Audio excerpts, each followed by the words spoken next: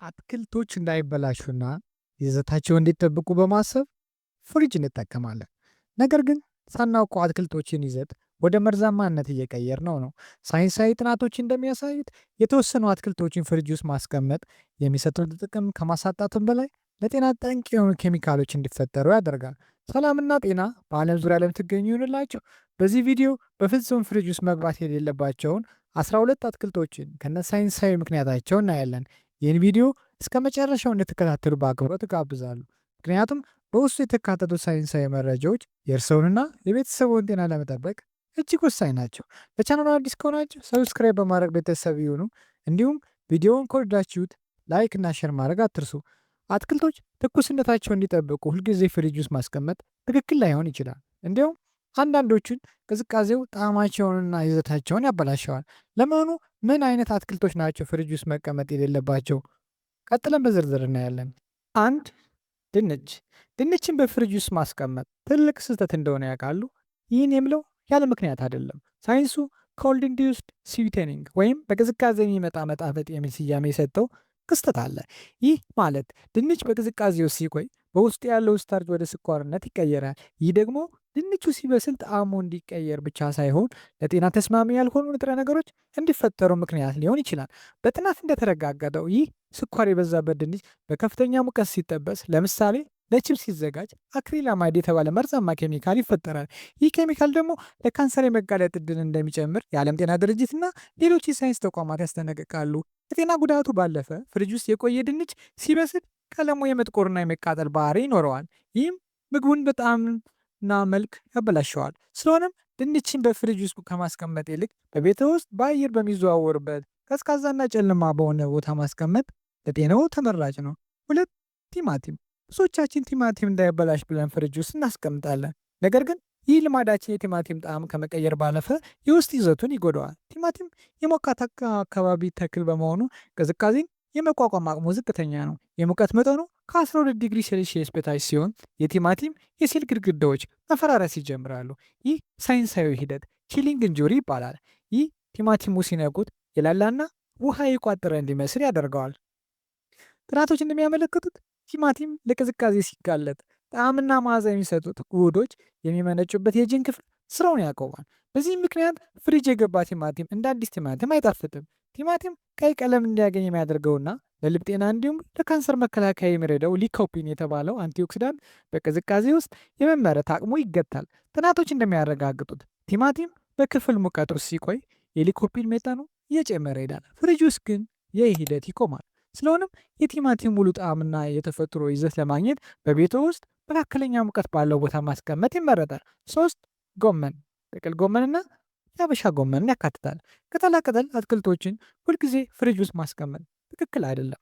ጥናቶች እንደሚያሳዩት ግን የጥቅል ጎመንና የአበሻ ጎመን ይዘት ጣዕምና አልሚ ምግብ የሚወሰነው በአቀማመጣቸው ዘዴ ነው። ጥናቶች እንደሚያመለክቱት እንደ ጥቅል ጎመን ያሉ አትክልቶች ለቅዝቃዜ ተጋላጭ ናቸው። በጣም በቀዘቀዘና እርጥበት ባለው ቦታ ሲቀመጡ ህዋሶቻቸው ስለሚፈራረሱ በውስጣቸው የሚገኘው ቫይታሚን ሲ እና አንቲኦክሲዳንት የማጣት ዕድላቸው ከፍተኛ ነው። ሌሎች ጥናቶች እንደሚያሳዩት ጥቅል ጎመን አየር በሚዘዋወርበትና ቀዝቀዝ ባለ ክፍል ውስጥ ቢቀመጥ የተሻለ ጥንካሬ ይኖረዋል። በፍሪጅ ውስጥ ባለው እርጥበትና በፕላስቲክ ከረጢት መታፈን ምክንያት ኤርዊኒያ በሚባሉ ባክቴሪያዎች አማካኝነት የመመስመስ ዕድሉ ይጨምራል። ስለ ጎመን ዝርያዎች ስናስብ ደግሞ ዋናው ዓላማ ቅጠሉ እንዳይጠወልቅ ማድረግ ነው። ጥናቶች እንደሚያመለክቱት ጎመን አየር በሚያገኝበትና መጠነኛ ቅዝቃዜ ባለው ቦታ ወይም ከ10 እስከ 12 ዲግሪ ሴልሺየስ ቢቀመጥ ካንሰርን ለመከላከል የሚረዱትን ግሉኮሲኖሌትስ የተባሉ ንጥረ ነገሮችን በተሻለ ሁኔታ ይይዛል። 4 ነጭ ሽንኩርት።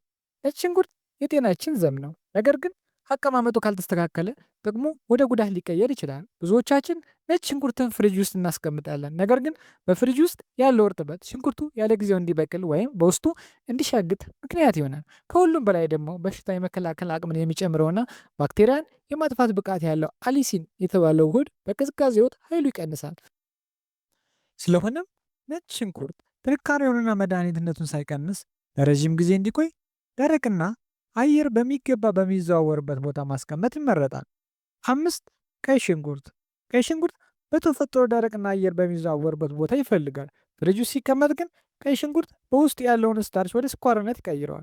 ጥናቶች እንደሚጠቁሙት ፍሪጅ ውስጥ ያለው ከፍተኛ እርጥበት ሽንኩርቱ ውሃ እንዲመጥና እንዲለሰልስ ያደርገዋል። ይህ ደግሞ ለሻጋታና ለባክቴሪያ መራቢያነት ምቹ ሁኔታን ይፈጥራል። ቀይ ሽንኩርት በውስጡ ኮርሲቲን የተባለ ጠንካራ አንቲኦክሲዳንት ይዟል። ይህ ውህድ የሰውነታችንን ሴሎች ከጥቃት የሚከላከል እብጠትን የሚቀንስና የልብ ጤናን የሚጠብቅ ነው።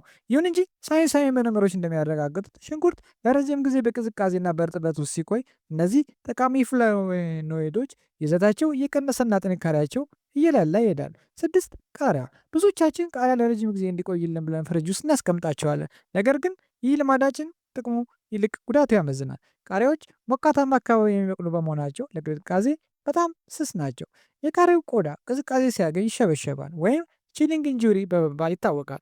ይህ በሚሆንበት ጊዜ በውስጡ የሚገኘው ከፍተኛ የቫይታሚን ሲ ይዘት በፍጥነት እንዲቀንስ ያደርገዋል። ቃሪያን ከ7 ዲግሪ ሴልሺየስ በታች ባለ ቅዝቃዜ ማቆየት ውበቱን ብቻ ሳይሆን ንጥረ ነገሩንም ያሳጠዋል።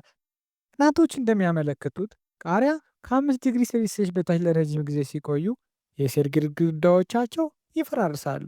ይህም በውስጣቸው ያለውን አንቲኦክሲዳንትና የቫይታሚን ሲ መጠን በከፍተኛ ሁኔታ ይቀንሰዋል። ሌላ ጥናት እንደሚያመለክተው ቃሪያ ፍሪጅ ውስጥ ሲቀመጥ እርጥበቱን ስለሚያጣ ቆዳው ይሸበሸባል። ይህም ቃሪያው ያለውን የተፈጥሮ ጣዕምና ሲበላ ቀጭ ቀጭ የማለት ባህሪውን ያጠፋዋል።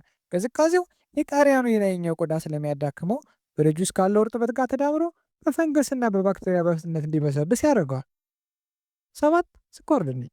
ስኳር ድንች ቫይታሚን ኤ፣ በፋይበር እና በፖታሲየም የበለጸገ ድንቅ ተክል ነው። ነገር ግን አብዛኞቻችን ሳናውቀው የምንሰራው ስህተት ስኳር ድንችን ፍሪጅ ውስጥ ማስቀመጥ ነው። ስኳር ድንችን ፍሪጅ ውስጥ ማስቀመጥ በውስጥ ያለው ስታርች ወደ ስኳርነት የመቀየር ሂደቱን ያፋጥነዋል። ጥናቶች እንደሚያመለክቱት ቅዝቃዜ የድንቹን የውስጥ ሴል መዋቅር ስለሚለውጠው ሲቀቀልም ሆነ ሲጠበስ መካከለኛው ክፍል ጠንካራና የማይበስል እንዲሆን ያደርገዋል። በቅዝቃዜ ምክንያት ድንቹ ጣዕሙን ያጣል፣ እንዲሁም ቀለሙ መጥቆር ይጀምራል። ሳይንሳዊ ጥናቶች እንደሚያረጋግጡት ስኳር ድንች 12 ዲግሪ ሴልሺየስ በታች ባለው ሙቀት መጠን ሲቀመጥ ቺሊንግ ኢንጁሪ ወይም በቅዝቃዜ ለሚመጣ ብልሽት ይጋለጣል። ይህም ድንቹ በፍጥነት እንዲበሰብስና የውስጥ ክፍሉ እንዲሰነጣጠቅ ያደርገዋል። ጥናቶች እንደሚጠቁሙት ትክክለኛ ባልሆነ የሙቀት መጠን የተቀመጠ ስኳር ድንች በውስጡ የያዛቸውን አንቲኦክሲዳንቶች የማጣት ዕድሉ ከፍተኛ ነው። ይህ ማለት ድንቹን በላ ነው እንጂ የማግኘት የሚገባን የጤና ጥቅም አላገኘንም ማለት ነው። 8. ካዛባ። ካዛባ በሚሊዮኖች ለሚቆጠሩ ሰዎች ዋነኛ የኃይል ምንጭ ነው። ነገር ግን ይህን ተክል ለረጅም ጊዜ ለማቆየት ብለን ፍሪጅ ውስጥ መክተታችን ትልቅ ስህተት ነው። ካዛባ እንደተቆፈረ በጣም አጭር የመቆያ ዕድሜ ያለው ተክል ነው። ጥናቶች እንደሚያሳዩት ካዛባ በፍሪጅ ውስጥ ሲቀመጥ ፊዚዮሎጂካል ፖስት ሃርቨስት ዲቶሪዬሽን ወይም ፒፒዲ ለተባለ ፈጣን መበላሸት ይጋለጣል። ይህ ሂደት በድንች ውስጥ ያሉ ኦክሳይድ ሰጪ ኢንዛይሞች በፍጥነት እንዲነቃቁ በማድረግ በካዛባ ላይ ሰማያዊ ወይም ጥቁር መስመሮች እንዲፈጠሩ ያደርጋል። ካዛባ የሞቃታማ አካባቢ ተክል በመሆኑ ቅዝቃዜን የመቋቋም አቅሙ ዝቅተኛ ነው። የሙቀት መጠን ከ10 ዲግሪ ሴልሺየስ በታች በሚሆንበት ጊዜ የተክሉ ህዋሳት ይፈነዳሉ። ይህም ካዛባው ሲቀቀል እንዲጠነክር፣ ጣዕሙን እንዲያጣና በውስጥ ያለውን ንጥረ ነገር እንዲቀንስ ያደርገዋል። አንዳንድ ጥናቶች እንደሚያመለክቱት ካዛባ በተገቢ ሁኔታ ካልተቀመጠ በውስጡ ያለው ተፈጥሯዊ የሳይናይድ ግሉኮሳይድ ይዘት ሊለወጥ ይችላል። ምንም እንኳን ይህ በምግብ ማብሰል ሂደት ቢወገድም በፍሪጅ ውስጥ ያለው እርጥበት ግን ተክሉን ለፈንገስ በሽታዎች ተጋላጭ በማድረግ ለጤና አደገኛ ሊሆን ሊያደርገው ይችላል። 9. ኪያር። ኪያር ለሰውነታችን እርጥበትን ለመስጠትና ለቆዳ ጤንነት እጅግ ተመራጭ ነው። ኪያር ለቅዝቃዜ በጣም ተጋላጭ የሆነ አትክልት ነው። ጥናቶች እንደሚያሳዩት ኪያር ከ10 ዲግሪ ሴልሺየስ በታች ባለው ሙቀት መጠን ውስጥ ከ3 ቀናት በላይ ሲቆይ ቺሊንግ ኢንጁሪ ለተባለ ጉዳት ወይም በቅዝቃዜ ለሚመጣ ብልሽት ይጋለጣል። ይህ ጉዳት ሲከሰት በኪያሩ ላይ የውሃ መከማቸት፣ የጉድጓድ መሰል ምልክቶችና ፈጣን መበስበስ ይታይበታል። ኪያርን በፍሪጅ ውስጥ ማስቀመጥ ሌላም አደጋ አለው። ኪያር ለኤቲሌን ጋዝ በጣም ተጋላጭ ነው። እንደ ቲማቲም፣ ሙዝ እና አፕል ያሉ ፍራፍሬዎች ይህንን ጋዝ በከፍተኛ ሁኔታ ስለሚያመነጨው በፍሪጅ ውስጥ ከኪያር ጋር አብረው ሲቀመጡ ኪያሩ በፍጥነት እንዲበስልና ወደ ቢጫነት እንዲቀየር ያደርጉታል። ጥናቶች እንደሚጠቁሙት በክፍል ሙቀት ውስጥ የሚቀመጡ ኪያሮች ለረዥም ጊዜ ጥንካሬያቸውንና የተፈጥሮ ጣዕማቸውን ይጠብቃሉ። በፍሪጅ ውስጥ የሚቀመጥ ኪያር ግን የውስጥ ህዋሳቱ ስለሚፈራረሱ ጣዕሙ የመለወጥና የመለስለስ ባህሪ ያሳያል። 10. ደበርጃን። ደበርጃን ለልብ ጤንነትና ለደም ዝውውር እጅግ ጠቃሚ የሆነ አትክልት ነው። ነገር ግን ብዙዎቻችን ደበርጃንን ገዝተን እንደመጣን ፍሪጅ ውስጥ እናስቀምጣለን። ይህ ግን የደበርጃንን ጣዕምና የጤና ጥቅም ያጠፋል። ደበርጃን የሞቃታማ አካባቢ ተክል በመሆኑ ለቅዝቃዜ በጣም ስሜታዊ ነው። ጥናቶች እንደሚያሳዩ ደበርጃን ከ10 ዲግሪ ሴልሺየስ በታች ባለ የሙቀት መጠን ውስጥ ሲቆይ ቺሊንግ ኢንጁሪ የተባለ ጉዳት ወይም በቅዝቃዜ ለሚመጣ ብልሽት ይጋለጣል። ይህ ጉዳት ሲከሰት ደበርጃኑ ቆዳ ላይ የውሃ መከማቸት፣ ጉድጓድ መሰል ምልክቶችና የውስጥ ክፍሉ ወደ መጥቆር ያዘነብላል። ጥናቶች እንደሚያመለክቱት ቅዝቃዜው ደበርጃን ውስጥ ያሉትን ጠቃሚ ኢንዛይሞች ይጎዳል። ይህ ሲሆን ደበርጃኑ የተፈጥሮ ጣዕሙን ያጣል። እንዲሁም ስጋው እንደ ስፖንጅ የመሆን ወይም የመለስለስ ባህሪ ያሳያል። ደበርጃን የኢቲሊን ጋዝ በጣም ስሜታዊ ነው። በፍሪጅ ውስጥ እንደ አፕልና ሙዝ ካሉ ፍራፍሬዎች ጋር አብሮ ሲቀመጥ ይህ ጋዝ ደበርጃኑ በፍጥነት እንዲበሰብስና እንዲመር ያደርገዋል። 11 ዝኩኒ። ብዙዎቻችን ዝኩኒ በፍሪጅ ውስጥ ይቆያል ብለን እናስባለን። ነገር ግን ቅዝቃዜ ዝኩኒን የውጭ ክፍል በማበላሸት እንዲለሰልስና ተፈጥሯዊ ጣዕሙን እንዲያጣ ያደርገዋል። ጥናቶች እንደሚያሳዩት ዝኩኒ ከ7 ዲግሪ ሴልሺየስ በታች ባለ ቅዝቃዜ ሲቆይ ቺሊንግ ኢንጁሪ ወይም በቅዝቃዜ ለሚመጣ ብልሽት ይጋለጣል። ይህም በአትክልቱ ላይ ጥቁር ነጥቦችን ከመፍጠሩም በላይ በውስጥ ያሉትን ጠቃሚ ቫይታሚኖች በፍጥነት እንዲያጣና ቶሎ እንዲበሰብስ ያደርገዋል። 12 ዱባ። ዱባ ረዥም ጊዜ እንዲቆይና ጣዕሙ እንዳይበላሽ ፍሪጅ ውስጥ መቀመጥ የለበትም። ዱባን ከ10 ዲግሪ ሴልሺየስ በታች በሆነ ቅዝቃዜ ውስጥ ማቆየት በውስጥ ያለውን ስኳር ወደ ስታርች እንዲቀየር ያደርገዋል። ይህ ደግሞ ዱባው ሲበስል የሚኖረውን ተፈጥሯዊ ጣዕም ያጠፋዋል።